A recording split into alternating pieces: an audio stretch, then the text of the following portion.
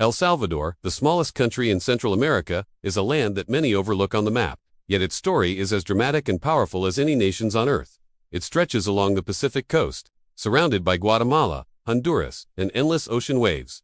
And though its size is barely larger than Massachusetts, what happens here has always carried weight far greater than its geography suggests. This is a country where fire and earth meet, where people live in the shadows of volcanoes that can erupt without warning, and where history is written in both tragedy and triumph. The first impression of El Salvador is almost always its volcanoes. Locals call it La Tierra de Volcanes, the land of volcanoes, and the name is well earned. Over 20 volcanoes, some sleeping, some restless, dominate the landscape. For centuries, they have shaped not just the geography, but the destiny of the people who live here. In 1917, the San Salvador volcano erupted, covering the capital city with ash and terrorizing its residents.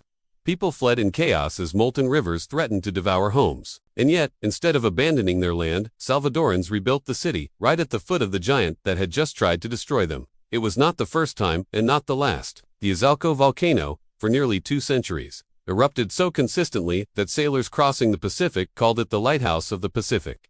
At night, the glow of its fiery summit guided ships, both a hazard and a beacon.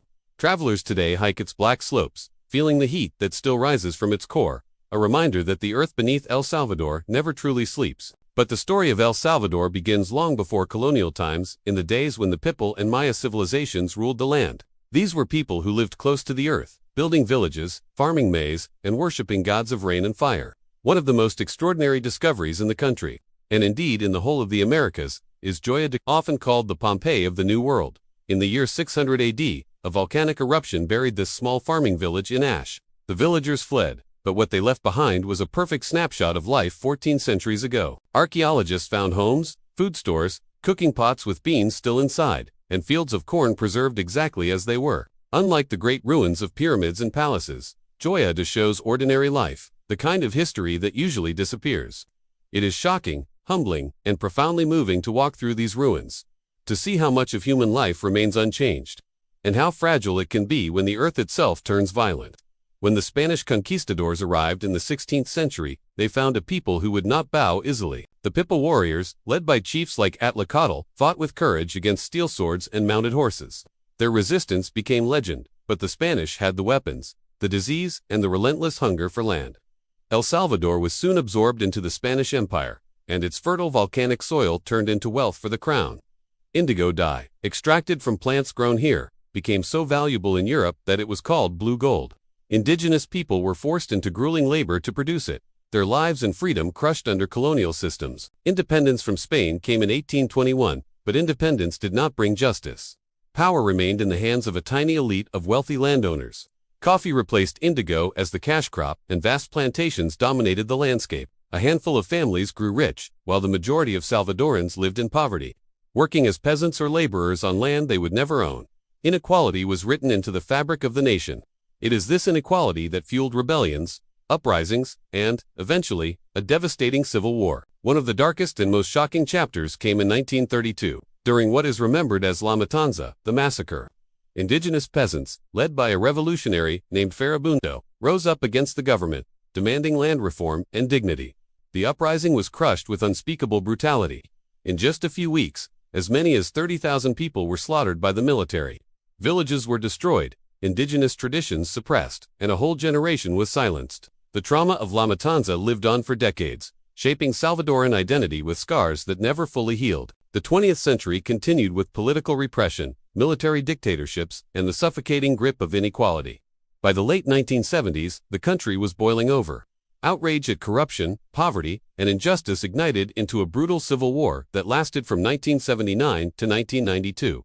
Guerrilla groups, organized under the FMLN, fought against the military-backed government. Entire towns were caught in the crossfire. Massacres occurred in the countryside, and thousands of innocent civilians were killed. The war drove nearly a quarter of the population to flee, many to the United States, where Salvadoran communities still carry the memories of those years. For 12 years, El Salvador was synonymous with violence, with images of soldiers, refugees, and shattered villages filling newspapers around the world.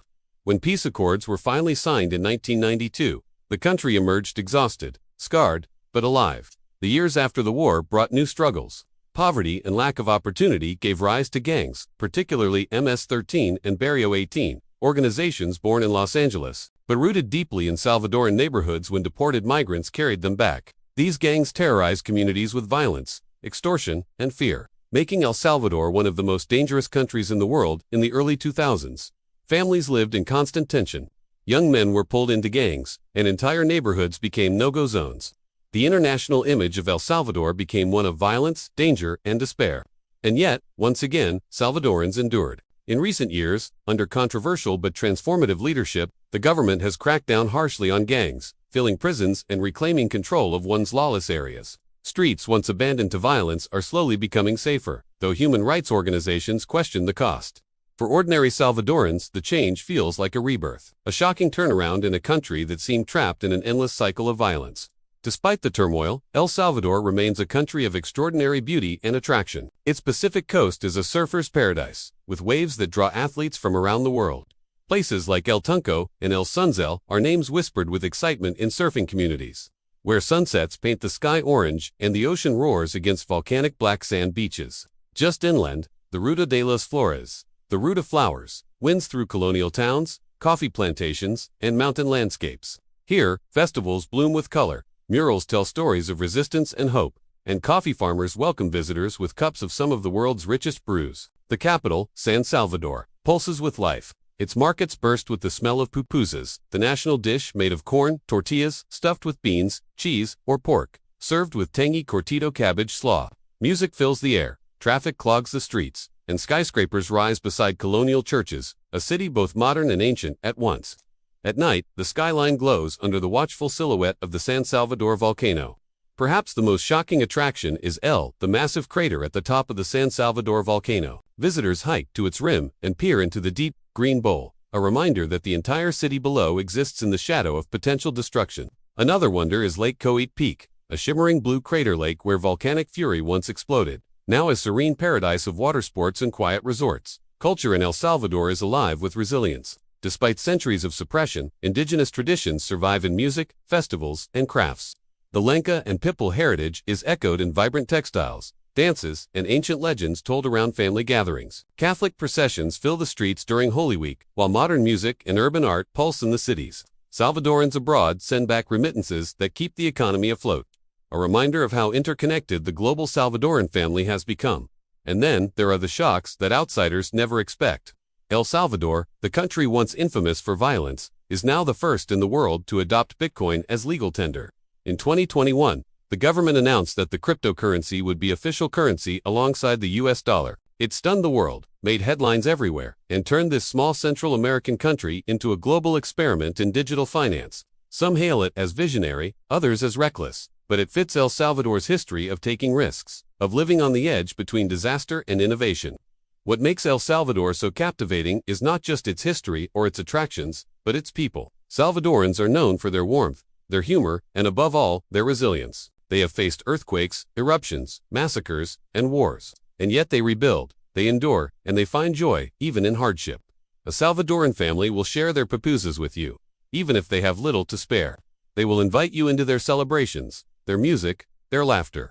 El Salvador shocks, fascinates, and moves because it is a story of survival against the odds. It is a country where volcanoes loom and earthquakes rumble, where history bleeds into the present, where tragedy and beauty coexist in every village and city. From the ruins of Joya de Cerén, the roaring waves of El Tunco, from the scars of La Matanza to the neon glow of Bitcoin it is a nation that demands attention. The future of El Salvador is uncertain, as it always has been, but that is part of its story. A small nation that refuses to be small. A land constantly remaking itself from the ashes of disaster. A people whose endurance is as fiery as the earth beneath their feet. Visitors leave El Salvador not just with memories of its landscapes and food, but with awe at its resilience. It may be small, but El Salvador's story is one of the most shocking, engaging, and unforgettable in the world.